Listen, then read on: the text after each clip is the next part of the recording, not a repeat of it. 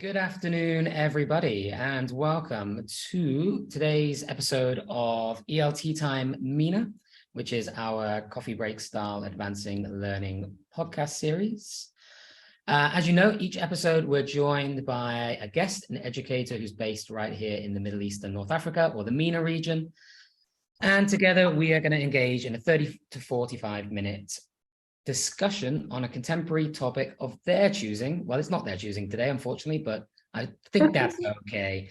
But we're going to do it over a nice cup of tea. And of course, you can all see her there on the screen. We are welcoming today. Oh, my language is terrible today. I don't know what's happening to me. Today, we warmly welcome the fabulous, of course, Anna Hasper, MENA's favorite teacher trainer. Anna Hasper, or Anna, I'm just going to call you Anna from now on. Anna, how are you doing today? I'm good, Nathan. Thanks for inviting me. Lovely to be back. Yes, because you've done an episode with us before, and I know how much you enjoyed it. So we've invited you in season 2 to do an episode with us today. And of course, today's topic is women in education, because we are, as anybody that saw my LinkedIn post will know, that I'm super excited to be doing today's podcast, because the topic is a celebration of International Women's Day. And of course, I want to wish Anna a very happy International Women's Day. Thank you. I'm going to say you too, right? Everyone else is here. Can't say me too. It's not for me this day. Yeah. But happy International Women's Day to you, and happy International Women's Day to anyone that is joining us today. So before we begin, obviously we always introduce what tea we're drinking, because we all know that it's ELTea time. So if you want to put into the chat box the tea that you are drinking today, please do feel free to share. And likewise, because we're celebrating International Women's Day, we'd actually like you to let us know how you celebrated today, or how you perhaps were celebrated today, if you were. And also, please do get involved and tell us your thoughts on some of the topics that we're going to discuss throughout the podcast. I will go first. In fact, I'm going to ask you this as a quiz. I was going to drink a type of tea which is the same name as a girl, as a woman. Any guesses what that might be? Girls' names. Hope you're not asking me, right? Well, I'm asking anybody. I'm asking you. All of us. I think it's me. I wonder if anybody knows. Does anybody know? Girls' names that share the same name as a cup of tea, or as a type of tea? Lady Grey. That, oh, see, you jumped the gun a little bit. Oh, Because that's what I did choose. I went with Lady Grey. Most people know Earl Grey, but Lady Grey is actually a twist on Earl Grey. It's Earl Grey with a hint of orange, Lady Grey. Which kind of makes sense, because if you think about, generally in the world, you have men, and then you have women, which are an improvement on men, right? So Lady Grey is an improvement on Earl Grey. So it kind of makes sense. But the nice way to see it, Nathan. I like that. It's a nice way to see the world, I think. But no, we're thinking of a girl's name. Think of Aladdin. Girl's name, anyone? Shares the name of the type of tea. You usually drink it at Chinese restaurants. Jasmine. That was what I was going to drink. I had jasmine at the ready, and then I found this Lady Grey. So I went with the Lady Grey. We're going for female themes of teas over in my apartment today. Anna, how about you? Have you got tea? I've got a massive mug of tea. My sister-in-law bought me this massive mug, which is amazing. Probably got half a litre in it. Quite like that. I don't think this is related particularly to women or men or any gender. It's related to a country I recently visited, and it is tea that is not from a tea bush. Ooh, tea that's not from a tea bush. So it's not a normal tea. It's a different bush. Is it chemically engineered tea? Is it grown in a lab? Is it? It's supernatural, actually. Okay, it's the opposite. I think I know which one it is. It's from South Africa, right? Indeed, yeah. So it's the Rooibos one, and then it's the Buchu one, which is a sort of lemon flavor. So it's a bit lighter.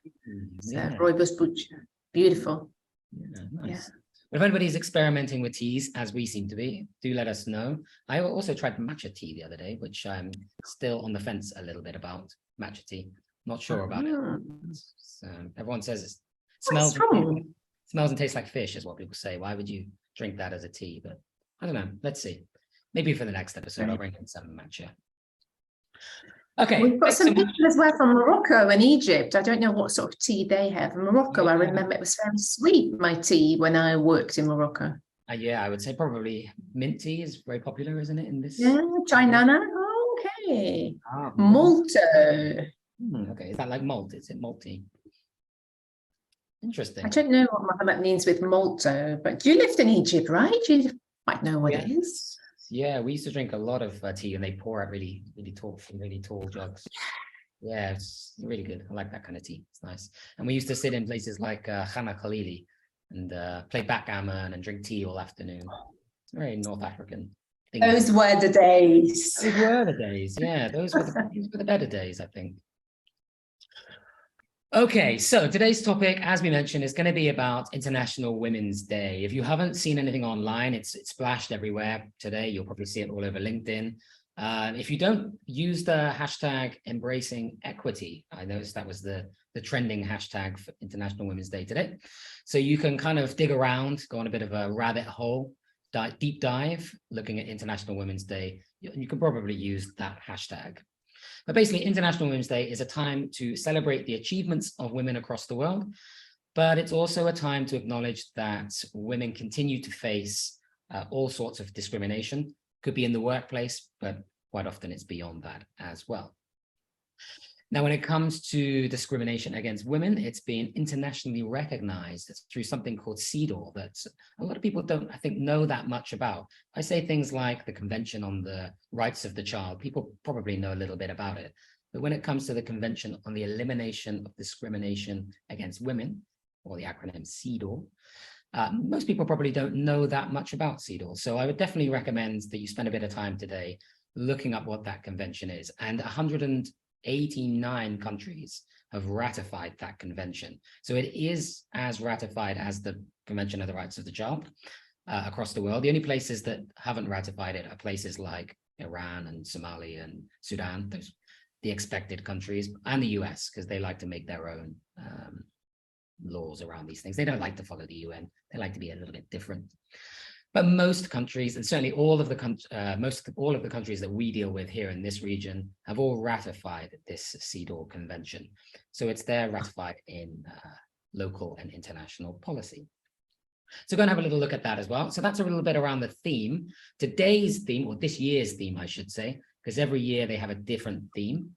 So the theme for this year is called digital, which is digit and then a capital ALL, to spell digital. Makes sense, right? Inclusion, all. And it's innovation and technology for gender equality. Now, I had a little look at the website. So let's start here. Sorry, Anna, I'm kind of leaving you out of this bit at the moment, this introduction, but I will bring you in a second. Amazing. Oh, interesting. And you look super, super fascinated, so which is great. So innovation and technology for gender equality is the theme. And I'll give you the little blurb so you can have a think about that. It says, our lives depend on strong technological integration, attending a course, calling your loved ones, things like WhatsApp, making bank transactions, booking medical appointments. All of these things now use digital processes. But what I didn't realize is that 37% of women in the world do not use the internet, which is actually, I found a really high percentage. 37% of women don't have any access to the internet. And it's fewer women than men, so the percentage of men is a lot lower. So it says, if women are unable to access the internet and they do not feel safe online, because I think there's another dimension to that. It's not just about access, but it's about digital safety, feeling safe, feeling like you can use the internet in a safe way. They're not able to develop the necessary digital skills to be able to engage in digital spaces. And that diminishes their opportunities to pursue careers in science, technology, engineering, and maths, or STEM, as we know, related fields. And they think that by 2050, 75% of jobs will be related to STEM areas, And today, women hold just 22% of positions in artificial intelligence, which, as we know, with this whole conversation around GPT, is becoming the future, and it's starting to make its way into education. So as that field progresses, women are going to continuously become disadvantaged in that area. So I think it's a really interesting theme that they've gone with this year. And any thoughts on that? It's not one of our questions, but any thoughts on this theme this year? Well, I think, like you said, it is super important because it holds the key to not only education or future jobs, but also to just getting knowledge about the world, about life, to getting that information that enables males or females, it doesn't really matter who, but enables people to make informed decisions. So my only question when you set that number, like 37% of women don't have access to the internet, I just question, is that because there's so many different reasons, right? As you know as well, in Africa or in other places, there might be no Wi-Fi network, there might be no devices. So is it because it's not accessible? Is it because they may be forbidden to access the internet? As we all know that some families rather not have that girls go online. That might be safety. It might also have different reasons. Or is that because they don't have the skills? That really intrigues me. Why is it? I mean, it would be nice to have more data. Yeah. What the 37% entails, right? I guess this is a task for the next generation, right? To develop those different, how to break that down and say, is it due to access electricity, as you say? Is it due to skills? They have access but don't know how to use it in a certain way, or is it cultural reasons, cross-cultural reasons why females might not interact on the internet? So I think it's an interesting one, definitely, to think about. And I think it's good that days like this bring up these kinds of questions so that we can engage with them. And I think, we're going to ask you in a minute about the things that you've been up to, but certainly things you're going to be doing over the course of 2023 and 2024. I think you're going to start seeing a lot of these types of questions, and in conferences you'll start going to, people are going to be engaging with these topics, which I think is a really good thing. And they come around from having days like this and discussions like we are, I hope. Yeah, and I think that topic of accessibility of internet or technology or digital has been around for quite a while, because in Africa, the projects I've been on, we have been working on WhatsApp. And based on myself working in Africa, I know that everybody had a phone. They all have WhatsApp because the schools and the British Council give them those tools. But still, it's not feasible for everyone. So what is that reason? I think that's important for us to find out. So maybe we can improve that in future, because equal opportunities, right? Time, Mohammed is saying as well, could be another factor. I definitely agree. Yeah. And the inner anthropologist in me is already throwing up this idea that, again, we need to be a little bit careful of not just breaking down that topic, but breaking it down culturally across places and spaces, because it's easy to say, like, oh, people in sub-Saharan Africa don't have access to the internet, but actually, that's not true. Places like Kenya, are tech hubs, full of entrepreneurs. They've got, mobile phone payment systems that are more advanced than some that I've seen in Europe. So we need to really dig, I think, and really highlight what's going on and where and why. And really, I think it's an interesting time. Definitely an area for research. Yes, we love research, especially around education. Okay, so we've kind of jumped the gun a little bit. We've already diving into the topic, but I want to take a step back, because we always try to get to know our guests on the podcast a little bit better. Now this year, because you've already been on one, I don't want to introduce you and say, this is Anna and she's done this, and tell me more about yourself, because we did that last year. If anybody hasn't met Anna before, you'll find her online. She is an amazing teacher trainer, does loads of different things, CELTAs, she works with IDP, British Council, Macmillan, obviously, because she's with us all the time. And we're very happy about that. And she also has her own website, which is teachertrain.org. I'm getting that right, yeah? Yep, perfect. I thought I was going to get that. It's teachertrain.com, and you're going to be like, no! Teachertrain.org. And there's loads of stuff on there. Anna writes blogs continuously. So go in there and check them out, because they're really useful. Follow her on LinkedIn, because she's got loads of cool stuff going on there. I like all your stuff on LinkedIn, but I'm not going to say anymore. I'm going to let you perhaps tell us a little bit of an update, what you've been up to since the last time we spoke, and what's going on generally with you. Cool. I'm glad you're not asking me to talk about everything, because, we get older, it's getting more and more. Good thing, bad thing, I'm not sure yet. But yeah, what have I been up to recently? Like you said, writing lots of blog posts, and I've actually been writing quite a lot for different publishers. I did something for Macmillan as well, and all my blogs, more or less at the moment, have been related to educational psychology, emotions, managing stress, managing well-being, motivation, engagement, because that's really my area of interest.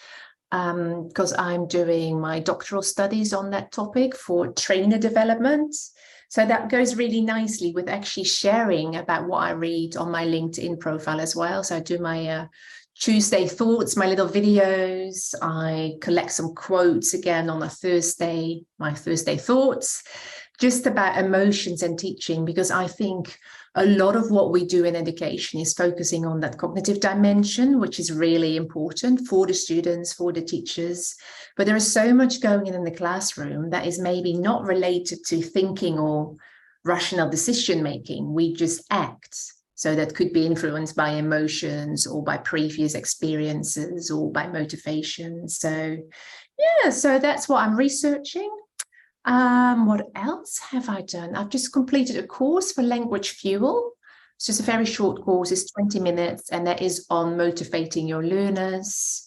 I'm starting a reading group for teacher educators tomorrow, so that's also nice. We're going to do academic readings once every 2 months, get together with some other teacher educators just to share ideas, because I think one of the challenges for us is that there's so much research out there, and that we don't all have access, that you feel maybe you're missing important things.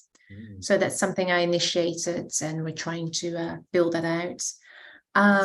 Yeah, and I've been to lots of conferences recently, because conference season has started officially. Yes, you've been traveling, right? Indeed, yeah. I was in Cambodia last month because they have the Camp Teetal, which is a lovely conference. Loads of local teachers from the countryside in Cambodia come to Phnom Penh, and we're really talking about practical ideas. And I normally talk about young learner techniques there to make the classes a little bit more dynamic and engaging. And I did something as well on the use of e-portfolios in teaching, because I'm working for Nile, like you said, I'm working on the course with Russell Stannard. So we're really looking at that technology, how we can actually integrate that more into teaching, and how we can use e-portfolios in the classroom with our students. So that's also been a wonderful opportunity and a lovely sharing experience. Yeah, and Niall and Russell in particular, they're really great to work with. I've worked with them before as well. And yeah, so with that stuff, can you integrate some of those things like the e-portfolios, but add in some of those elements of social and emotional learning, cognitive learning things? Could they integrate maybe, or is it separate? No, I think that technology, like you said, is going to be such a huge part of our job, but also of the learning journey. And it already is in most classrooms. So, for example, when we do reflections, instead of getting that on sticky notes or getting them to write it in a notebook, we can start creating a website, their private e-portfolio, and they write the reflections in there. I've got access as a teacher, and I can actually see what they've written. I can comment. It is private, but it's also accessible to the parents when they're at home with the students.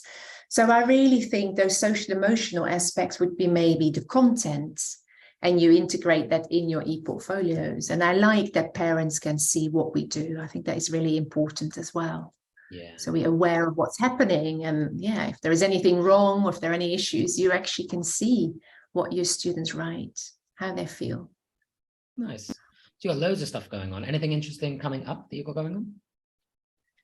What is coming up? Yes, actually this Saturday, of course, we've got the Teasel Arabia, which is always lovely. So it looks really wonderful. I just looked at the program, looks really interesting. A lot actually about well-being as well, and social emotional learning. And then the week after that, I think I'm in Saudi Arabia talking about literacy development. Nice. So yeah, looking forward to a bit of travel again. Yeah, excellent. You've got loads of cool stuff going on.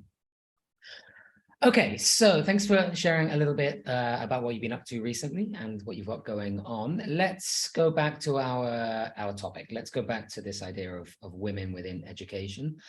I guess for the guys who are joining us, whether they're on Facebook or whether they're joining us here in the room, feel free to make any comments as we go. It would be really interesting to find out why you think that International Women's Day is an important day, perhaps why you think that. But for the first part, we're going to split this podcast into kind of two parts, I think. The first part, I want to look at the importance of education. So taking this idea of International Women's Day and looking at the educational part of it. So why is education important for girls and women? We can either talk about the theme of this year, or we can be more general. That's absolutely fine. If you want to relate it to innovation and technology, no problem. But let's think together about why education is important for girls and women. I'll open it up as a broad question to start with. Perhaps we'll see where we go. So for you, Anna, the importance of education for girls and women? Well, I actually like to take it one step back, if that's okay, because we always speak about the importance of International Women's Day. And I was thinking about that this morning. And in a way, yes, it is really important. I do think it's amazing that we celebrate the achievements women have had over the years, our mothers, our grandmothers. But then the other side of me was like, oh my goodness, it's 2023. And it's actually quite worrying that we're still having to celebrate or having to have this day to raise awareness of the fact that there is so much inequality in the world. I don't know how you felt about it, but I was like, yes, it's a great day, but it also makes me feel that equal access is still not there. And like you said, there's 189 countries who signed that. I think 86 countries in the world still have, the women have still huge issues with getting access to schooling, or there's other restrictions on their lives. I'm like, yeah, it's great to celebrate, but it did make me a little bit sad that we still need that day to raise this awareness. Yeah, that it does sit a little uncomfortably, doesn't it? And all of these days do. Not just this one, but yeah, I mean, you should be celebrating women's achievements every day. It's not like a token. Yeah. I mean, it kind of you just literally reminded me of a quote that I read. I mean, there might have been last week. And I don't remember the exact quote, but it's something along the lines of, it's about female leaders. Eventually, we won't call them female leaders. We'll just call them leaders.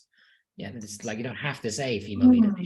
It shouldn't be that, oh my God, like, this is amazing that you've become it is amazing that person became a female leader. But we still, even now, we're making, I don't know what the right words are. I can't get the right words out for that, but I'm sure you know what I mean.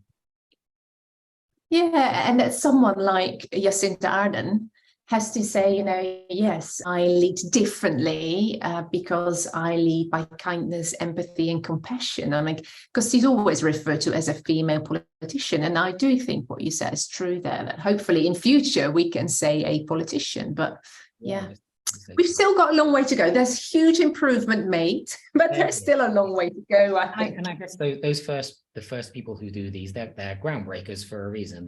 They're leading the way for future girls to be able to, whether it's politics or whether it's, like we just mentioned, science and engineering and artificial intelligence, whatever it is, you need those first guys or first girls. Change makers, right? Change makers, yeah, which obviously reminds us of the things that we got going on at Macmillan, change makers.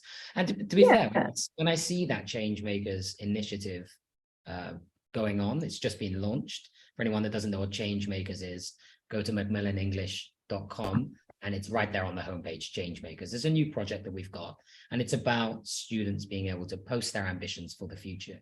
And I hope in a year's time or 2 years' time, I go into that webpage and I see a lot of these things that we're saying. I want, my government of the future to take these things seriously. I want there to be equal pay for women, equal rights, and all these things. I hope people do challenge. I hope those students see that as something that they can challenge. Yeah. Sorry. And all this really links back to the question, what's the importance of education, right? Because if we have access for education for all men, women, but particularly in this case, then because of International Women's Day, women, then I think with being able to access knowledge and skills, they get information that informs their decision-making process. That also means they get more confident, most likely, to actually make their voice heard. Because they have a voice, they probably have a larger social role. It will change the society. It will change the way the world is run. And hopefully, I don't know if this is very optimistic, it will make the world a better place. But I think education, in a nutshell, is just the start of it. It's really the foundation of making this world a better place. And again, you reminded me of another conversation. I won't say with who, but I had another conversation with somebody the other day about changing careers. They weren't in education, they were in a different area, but they were saying, have you got any tips or advice for me about, if I wanted to take a different career path? And we had this really interesting conversation that in order to be able to change career paths, it's not just about having an interest in it, or it's about your ability to access particular networks. And this is where education is important, I think, because you being able to go up to, let's say, a job interview for something that you haven't done before, you've got to be able to sell yourself on your ability to be able to do or know what's going on within that field. And this is, I guess, what's happened when you think about in history, males versus females, is males have basically taken control of domains, and education is what stops women from accessing those network groups, which then hinders their ability to move on in those groups. So whether mobility, social mobility. Exactly, social mobility. So education is the first step for them to be able to, like you say, gain the knowledge that it exists in the first place, knowledge of what is required to be in that particular group, whether it's a job, whether it's a particular community group, and then, learning about how to actually engage. If there's, 100 men in that group and you're only one woman, then it's difficult. You're always kind of pushed out and made to feel like an other, which happens all the time, I'm sure. So the more, the more equitable, I guess, employment is, or certain fields are, things like maths and engineering. If engineering, let's take that as an example, is a male domain, then of course we're not going to see, you're going to have that initial female coming in who's trailblazing, but we don't want that. We want it to be both men and women, not even thinking about gender, concentrating on advancing that particular field. And I think it's very logical, it's explainable why in certain areas, and mostly in the past, why jobs were maybe more male-oriented, because women didn't have the opportunities for childcare. There wasn't all this. You had to do laundry yourself. You didn't have this washing machine. So of course, the men would go out, they would hunt and gather, and we would care. So I don't think it's a bad thing. It was like that. It's just what history was like. But I do think it might be quite overwhelming when you come in as an engineer at a conference. I can only imagine, you go to a conference and there's like 5 women and 95 men around or something, because they're just very much established in that field. And the other challenge is maybe, and I don't know, I do think that still happens when people hire women. Maybe they're just worried that they're not going to stay so long in a certain job because they're probably going to have children. They've got different priorities. And that is something that bugs me. I'm like, you should give people at least that chance, and that shouldn't be a consideration. I can see as a boss that you see that's an issue, but look at the positive sides, what women bring to the job. They have a slightly different perspective on things, maybe different approaches. And together you're so much stronger if you combine that. Yeah. And I've always felt like that comes down to a management issue. It's not a women's or men's issue. No. It's just bad management.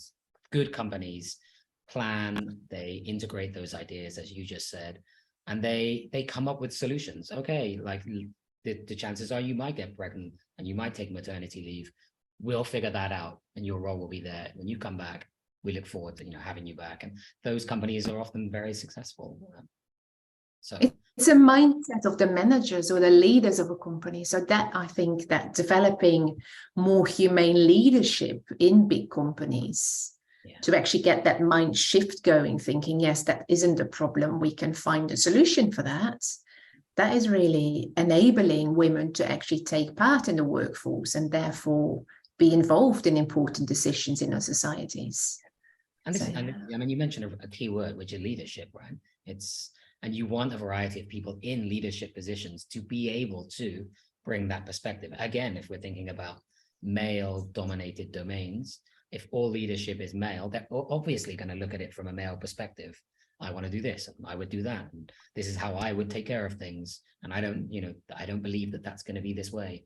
But actually, you need a greater variety of voices there, I think. Yeah. And then this is, of course, going beyond gender. It's going different cultural background, different traditions. It's really the diversity and inclusivity that really makes the work environment rich. And I think it can strengthen our approach to anything we do if we listen to those different voices we have. Yeah.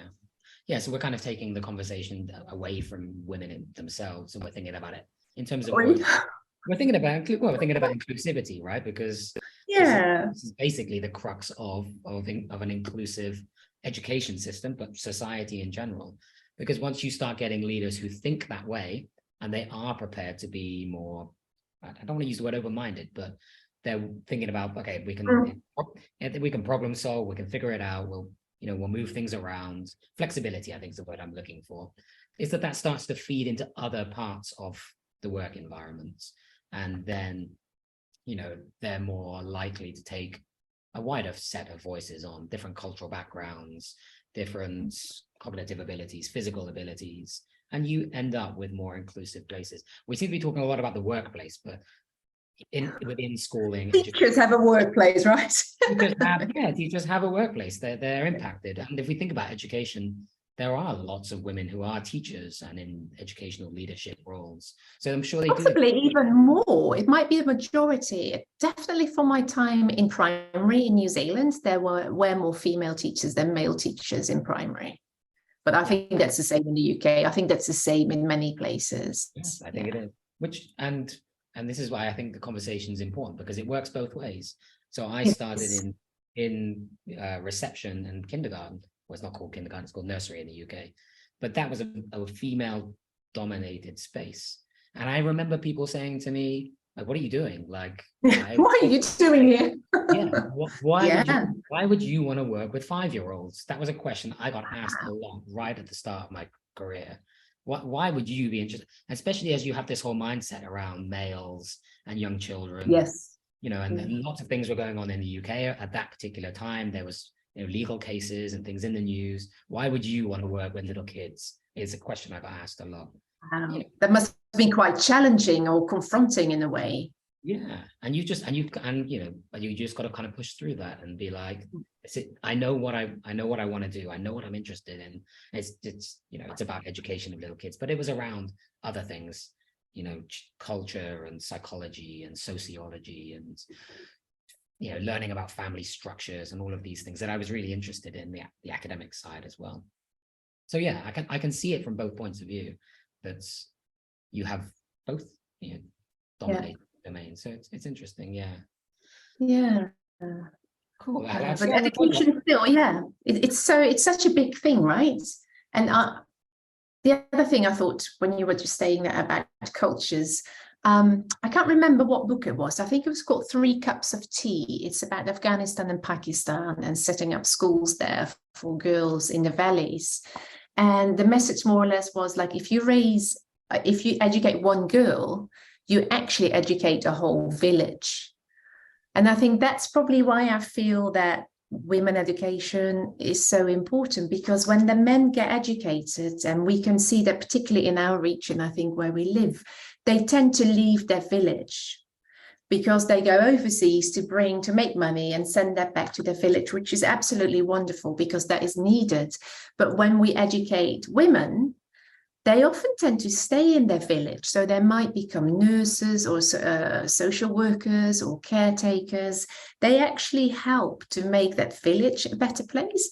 So that's why I think it is really important that we do, when we look at education, prioritize that girls get a better education. Yeah.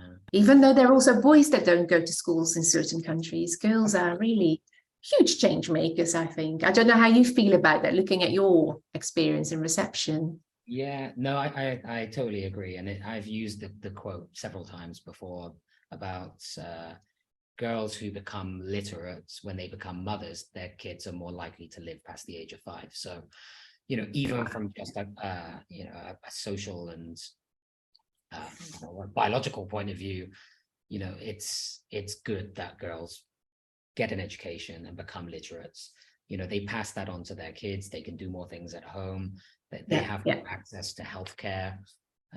How do you access healthcare in the modern day without having digital skills, but without having any literate skills? It's very difficult, to be able to move and access certain things. So I totally agree that, and you're right, that I think because of the way that girls interact in households, teaching girls in school quite often passes education through to mothers if they're not particularly educated in the first place. So you can almost tackle that generational literacy gap, because girls will quite often go home and you can set them tasks to teach their parents, and they'll quite often get into that, I think. So, yeah. And this is one of the approaches, like looking at the New Zealand primary system, a lot of awareness raising, for example, of healthy eating and self-care was actually done in the primary classroom. And that the task would be to go and interview your grandma or have a look in the fridge at home with mum, what's there, to sort of, the kids create awareness, like you said, in the family of what is maybe not such healthy food, what could be better for the family.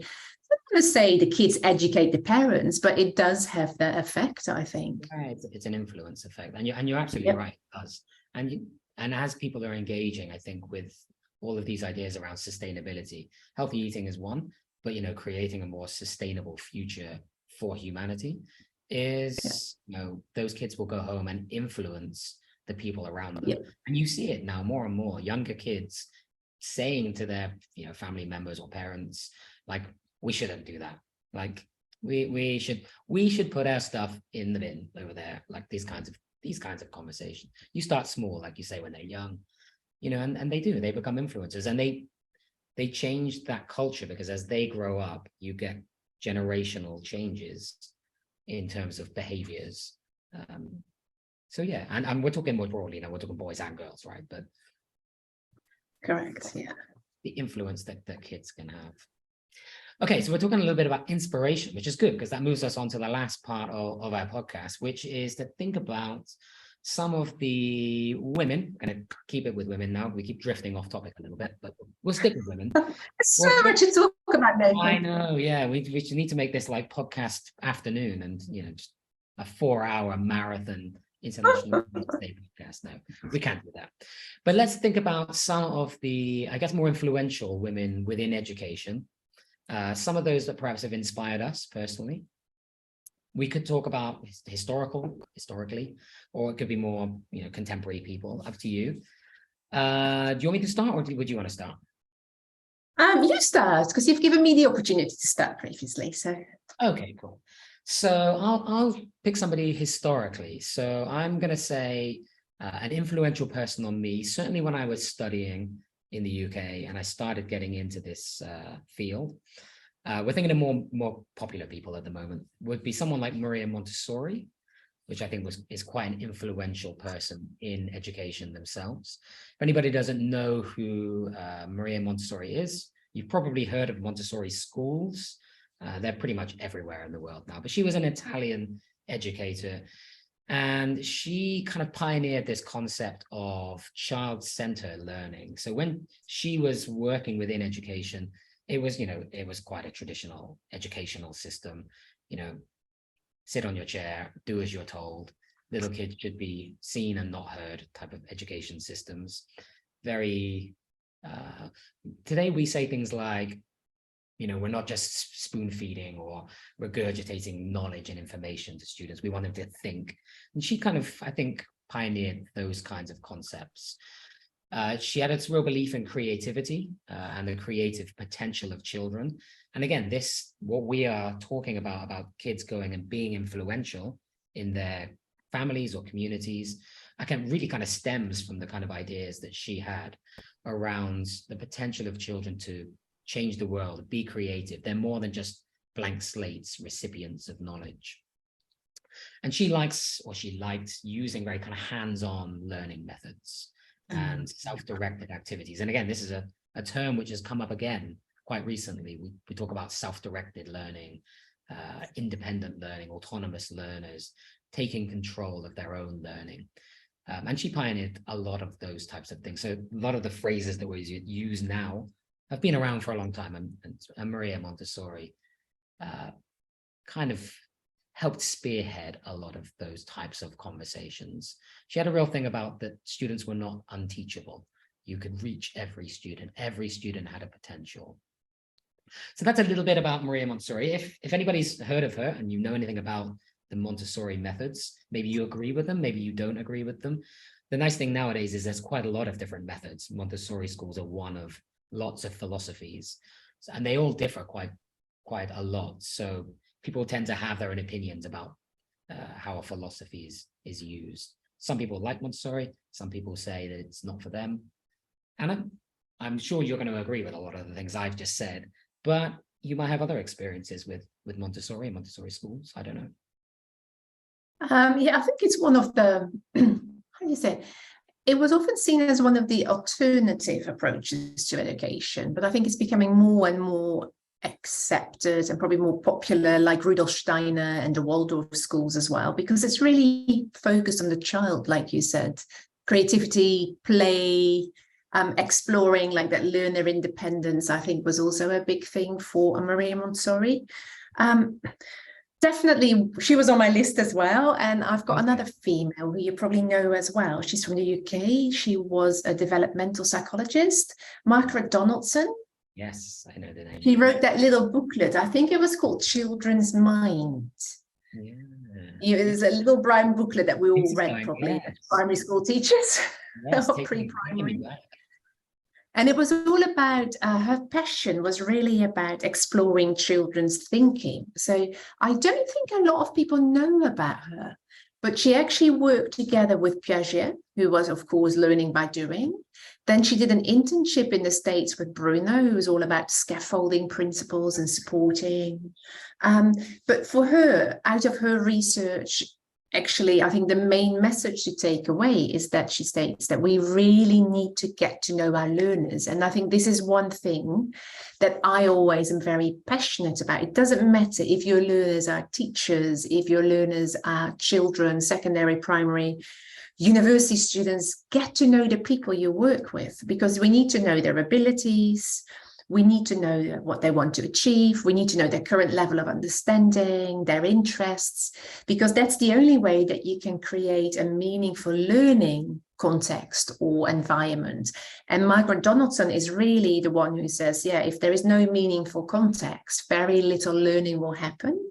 So that's where I think a lot of what I do is, of course, it's inspired by all these different approaches, but I'm very strong on, no, I need to get to know the people I work with beyond the name or the number that they have, because I want to create a context that's not only safe and a sense of belonging, because that's step one, but also meaningful so that learning can actually happen. Yeah. So for me, that she's a really influential person. Yeah, really influential, and changed the way that teaching happens or should happen.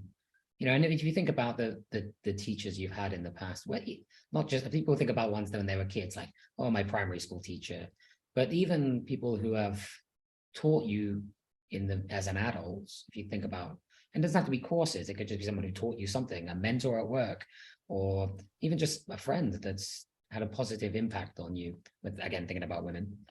But you know, this idea is that they get to know you, they ask the right questions, they get to know your personal circumstances, and then they tailor their content, or they tailor and those are the ones we tend to remember. That was the point I was trying to make.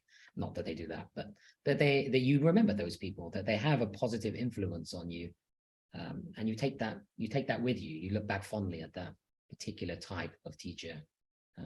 So if you want to be that particular type of teacher, this is what we would recommend for you to take on board as well, I guess.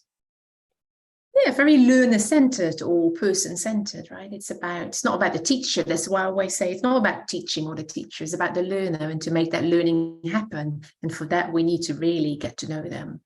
Yeah. And then I guess if we're thinking about Montessori, it's then every student or every child has a potential that's personal to them. And you can only, and you can only then, find that out by getting to know them, by having this relationship part as an important part of your philosophy, I guess. Yeah. Regardless of what overall general educational philosophy you follow, relationships are basically at the heart of things. But it's really important what you just said, because Maria Montessori just always believed that everybody could work at their level. So I think she's one of these people who more or less made us aware of the fact that we shouldn't have deficit thinking. Now, if people don't know what deficit thinking is, I think we see too much of that in the classroom, thinking, oh, they can't do this, they're not good enough, they're too young. And Maria Montessori, more or less, they can all do it at their level. They all have potential. And that actually brings me to another woman in education who's been very influential on, not so much maybe on my teaching as well, but also on my personal development, I think, Dr. Carol Dweck. From the growth and fixed mindset. It's just, yeah. I was literally going to say exactly the same thing, because I was going to say what we're just talking about, then the natural next person I think to talk about would be, Carol Dweck. So yeah, go on, tell us a little bit about Carol Dweck and her influence. She's a professor, and I think she is a psychologist. I don't know if she's educational or developmental psychologist. She's a professor at Stanford University, and a lot of her research focused on mindsets, as you know. So it's more or less that we have two different ways of thinking. Some people believe that your intelligence is fixed, your intelligence can't change. This is what you are. This is what you're at. Whereas the other group, the people with the non-fixed mindset or the growth mindset, they sort of believe that we can always change and learn and become more intelligent, or in other words, we can keep developing. And if you look at education, that has a really positive impact. I mean, we say we can't do it. We try to say we can't do it yet. Yeah. I'm learning. Okay, I'm still learning. So all these little things, just okay, effort and time and perseverance will get you there. And I read her book. I think it was written in 2006. Mindset, I think it was called, right? Mm-hmm. I read it in 2011, and I really think it changed my life. It sounds a bit cheesy to say that, but I started to realize that, okay, so actually, if something goes wrong, it's not failure. It is just feedback. So I can take that and then try again and do it better next time. So there is no failure. There is just feedback for me to start actioning for the next time. So then I'll get better. Because in my family, that doesn't really exist. You know, you're good at this or you're bad. That's it. Mm-hmm. So that opened my eyes. And I think by accepting that I can't do it yet, I'll try again. It's okay. I think I've taken on more risks than I otherwise would have had I not read about that theory and her work. Just give it a go. Worst thing that will happen, oh well, it didn't work. You get some feedback, you try again. You learn something, yeah. And I think a really important part of that whole mindset theory is that humans are conditionable creatures. So that mindset comes from somewhere. You are effectively taught whether to have a fixed mindset or a growth mindset. Other people influence that, your ability to have one or the other. And it feeds into all sorts of things like self-fulfilling prophecies. If people keep telling you, you cannot draw, you end up saying to people, I cannot draw. And and the ability to draw is just being able to put, I don't know whether pencil marks on a paper. It's people think you've got to be Picasso or you cannot paint, but that's not true. It's about, and most things in the world are about practice. The more you practice, the better you get. And practice is about making mistakes, trying, not being very good, keep practicing, focus on goals, individual goals, break it down. How can I get better at this particular part and improve on that? And then it feeds into a bigger picture. And that's all related to your ability to be able to say, in the future, I will be able to do this. I can do this. And this is important for language learners, I think. Yeah, and I mean, any learner, I think, even for adults, a lot of adults, the awareness, like how do you think about your own abilities or about your own errors, if you want to put it that way. And I think for me, I became aware, like, oh, so my family is very fixed mindset. So I don't want to be like that because I'm restricting myself. And it's not bad, there was no shame if you fail. No. So for me, it was quite a long process, but I really actively tried to make an effort to change my thinking and say, it's okay. If you fall, you just get up again and you try again. So it gave me the courage to sort of start to shift my mindset. And I think now I face my fears and I do it anyway.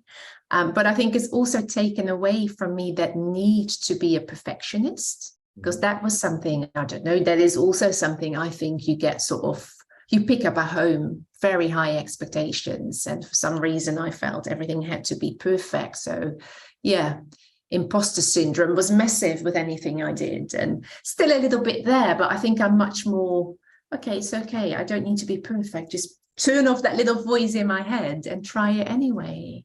Yeah. So, and I think, everybody has that little voice in their head, but I wouldn't be surprised if there are a lot of women who have that and stop themselves from doing things that they could do and could achieve. I think before I go on to the next little question, I want to kind of try and take our conversation a bit full circle, actually, because you were saying about your home life and your upbringing and that having an influence in terms of fixed mindsets and expectations. But before, we said about us or children's ability to influence their family. As an adult now, have you influenced your family into having more of a growth mindset, or have they kind of just left you and be like, you're the wild one and you're going to go out and do stuff? You're nuts. You're crazy. I do think that, in particularly my dad has mellowed a lot. He's 85, so he's a bit mellower. He's a bit more open to the things I say. Because I honestly think that when he grew up, which was, I don't know, 1940s, things like psychology, that didn't exist, psychiatrist, that was for crazy people. So I think a lot of these ideas that I know now, if I would have brought that up in the past, he probably would have thought, yeah, whatever, get a job and do something. He listens, and I do think he is more open to these ideas. I don't know if you can change him completely. I mean, you can learn an old dog new tricks or something, isn't it? But I do think he's more aware of things, and he's maybe a little bit more mellow in certain things. But I don't see him changing to a positivist and a super growth mindset. No, but he listens. And I think that's all I can ask. I can't demand that he understands me. I'm happy that he listens. Let's put it that way. Listening is the first step. But I mentioned before about generational change, and there is such a thing as, I think, generational change. What you're saying is probably mirrored very much in my family. My granddad is 93, and it's very simple. My parents aren't very old; they're in their 60s. But again, seeing those three generations, and they've done the same thing, very much mellowed out over the years. I don't know whether that is just getting an older thing and you start to realize that everything is not as important as we would like to make it out to be. But there's also this, they tend to listen. But there is, I think one of the things that younger people struggle with, and I'm referring to myself as a younger person here, I'm not separating myself from young people, but young people struggle to understand the worlds that older people lived in when they were their age or younger. I think about my grandfather. I mean, he saw World War II. So, the things and the ideas and ideologies and, general applications to social and cultural living in their days, in their era, whatever you want to call it, is so much different to what it is now. I mean, we've got words that, would have sounded crazy. My dad came to Dubai a few weeks ago, and he was saying, if I think about his grandparents, obviously they've passed away now. He said, but if you brought them, we were standing at the Museum of the Future, and he said, if I brought them here right now, I mean, he would think that they were on some kind of alien planet. Like, this is just crazy for them. Like, they just wouldn't beyond comprehension, right? Yeah. Even the fact that, like the metro doesn't have a driver, and, this museum of the future and flying drones. it would just seem completely incomprehensible to them. So I think we do need to be a little bit forgiving, understanding and forgiving of this idea, and accept that the change is generational and that we're hopefully moving in the right direction. Yeah, so, you can't expect them to understand that. Yeah, such an interesting conversation though. We'll have to continue this over another cup of tea, because I'm aware that we've almost finished an hour. So I'm going to kind of wrap us up. Before I do though, any maybe more modern influences on you? Anyone who's kind of influencing you at the moment? Two people. One of them I don't know, but I do want to share this. Dr. Valerie Young, and she's written an amazing book about the imposter syndrome, which I read, and it was just like, oh my goodness, it is indeed, like you said, something that's maybe more something females experience than males, but the secret thoughts of successful women. And she talks in that book as well about academia, male academia experiencing imposter syndrome more so than any other group of males, which I find very interesting. So yeah, if anyone is looking into imposter syndrome, I read that book about a year ago, maybe 18 months ago. And I think for me, that was also like a catalyst. That's okay, you know what? I should just try my doctoral studies, growth mindset. I don't need to be perfect. And I had a good friend who has always been cheering on the sideline, saying, you should do it, Sarah Mercer. And she is now actually my supervisor, my second supervisor for my doctoral studies. And she's also someone who influences me, not only as a professor, but also as a human being, because she's positive, energetic, and she's just a pleasure to work with, because she's got leadership skills, but she's got leadership skills that also show kindness and empathy and compassion. And I think that is really, for me, the most important thing if you work together with someone else so closely. Nice. I follow Sarah as well. Yeah, and I like her stuff. Really, it's really nice. Okay, guys, you got a couple of good ones there. I haven't heard of the first one, so I'll have to look that one up. What was the name again? Yeah, Dr. Valerie Young. Valerie Young. Okay, good. And it's interesting saying about her work in academia. I think I wanted to talk about a page that I read on Scott Thornberry's website. It was it was his blog, W is for Women. And he talked in that a lot about this shift from education, and especially English language teaching, not as practical teaching in the classroom, but the development of it as a field academically was very the theories and approaches, and very male dominated. You know, we think about Blooms and Vygotskis and Piagets and Bruners, as you mentioned, and the emergence of women within that sphere has had a positive impact on I guess this shift to things like belonging and well-being that I'm pretty sure people like Piaget probably never thought about how to children. They just how do they think, what do they do, not how do they feel, I think, which is a really good move. Cool. And yeah, I mean, I've been influenced by lots of women, you included, of course. Flattery also is one of my main attributes. But no, I mean, I obviously got into the field of education in a very female-dominated space, and I was really well supported at the very beginning by a few individuals who gave me opportunities that I wouldn't have had. They didn't say, you're not a girl, so I'm not going to have you volunteer in my classroom. They were really open-minded, really encouraging. I've had really good tutors in academia that I highly respect. And, now even, working for Macmillan and Springer Nature, I've got female line managers right up to upper management. So I'm lucky that I've got, lots of positive female role models. And I hope that any of the guys that have joined us today have also got those positive female role models. Hopefully we can all work together on that. Okay, my tea has come to an end, unsurprisingly, because we've taken a full hour. So thank you so much again. Yours has also been empty for a little while. I know, half a litre, Nathan. I know, and you're probably going to need to leave us for other reasons soon. Anna, thanks again for joining us for today's podcast. It's such an interesting topic. It's such a wonderful discussion to have with you and hear your ideas and flesh these out together. You've given us some good recommendations as well. Hopefully people will go and look them up. If anybody has any other comments, please do feel free to let us know. Follow myself or Anna on LinkedIn. Send us a message if you have a burning personal question. I'm sure we will be happy to pick one of those conversations up with you. For now, though, thanks everybody again who's joined us, whether on Facebook or if you were here with us on Zoom. We hope you enjoyed the conversation. And we'll look forward to seeing everybody again for another podcast episode very soon. And enjoy the rest of International Women's Day and every day. I will, definitely. And thank you so much for asking me. It was wonderful to share ideas. And yeah, let's continue that over another cup of tea soon. We will. Thanks so much. Take care, everybody. Awesome. Thanks everyone.